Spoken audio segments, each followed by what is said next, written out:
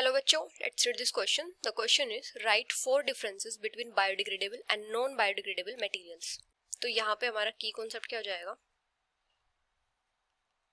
Difference between biodegradable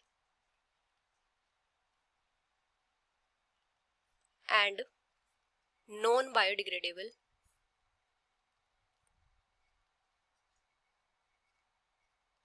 materials. तो इनके बीच में हमें डिफरेंस बताना है, बायोडिग्रेडेबल और नॉन बायोडिग्रेडेबल.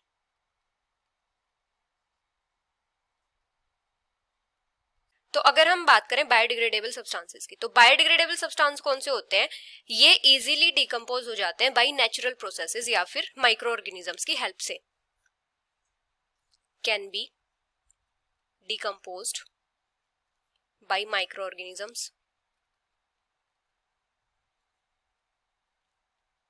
या फिर नेचुरल प्रोसेसेस. लेकिन जो नॉन बायोडिग्रेडेबल सब्सटेंसेस होते हैं ये क्या होते हैं? डिकम्पोज नहीं होते माइक्रो ऑर्गेनिजम्स की हेल्प से. Can not be decomposed bye micro organisms. अभी जो बायोडिग्रेडेबल सब्सटेंसेस होते हैं ये एनवायरनमेंट में पोल्यूशन कोज नहीं करते. Do not pollute environment. क्योंकि इनके केस में क्या होता है, ये इजीली डिकम्पोज हो जाते हैं, ये एनवायरनमेंट में रहते ही नहीं ज्यादा टाइम तक, तो ये क्या करेंगे? पोल्यूशन कोज नहीं करेंगे. लेकिन जो नॉन बायोडिग्रेडेबल सब्सटेंस होते हैं ये क्या होते हैं? पोल्यूटेंट्स होते हैं. ये क्या करते हैं? पोल्यूशन कोज करते हैं एनवायरनमेंट में. अभी जो बायोडिग्रेडेबल सब्सटेंसेस होते हैं ये लिविंग ऑर्गेनिजम्स की हेल्प से डिग्रेड हो जाते हैं. लेकिन जो नॉन बायोडिग्रेडेबल सब्सटेंसेस होते हैं ये लिविंग ऑर्गेनिजम्स की हेल्प से डिकम्पोज नहीं होते. Can be degraded by living organisms. लेकिन नॉन बायोडिग्रेडेबल सब्सटेंसेस के केस में क्या होता है?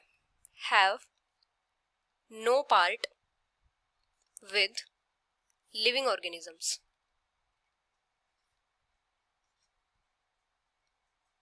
अभी जो बायोडिग्रेडेबल सब्सटेंसेस होते हैं हम इनको इजीली डिस्पोज कर सकते हैं, लेकिन नॉन बायोडिग्रेडेबल सब्सटेंसेस को हम डिस्पोज नहीं कर सकते.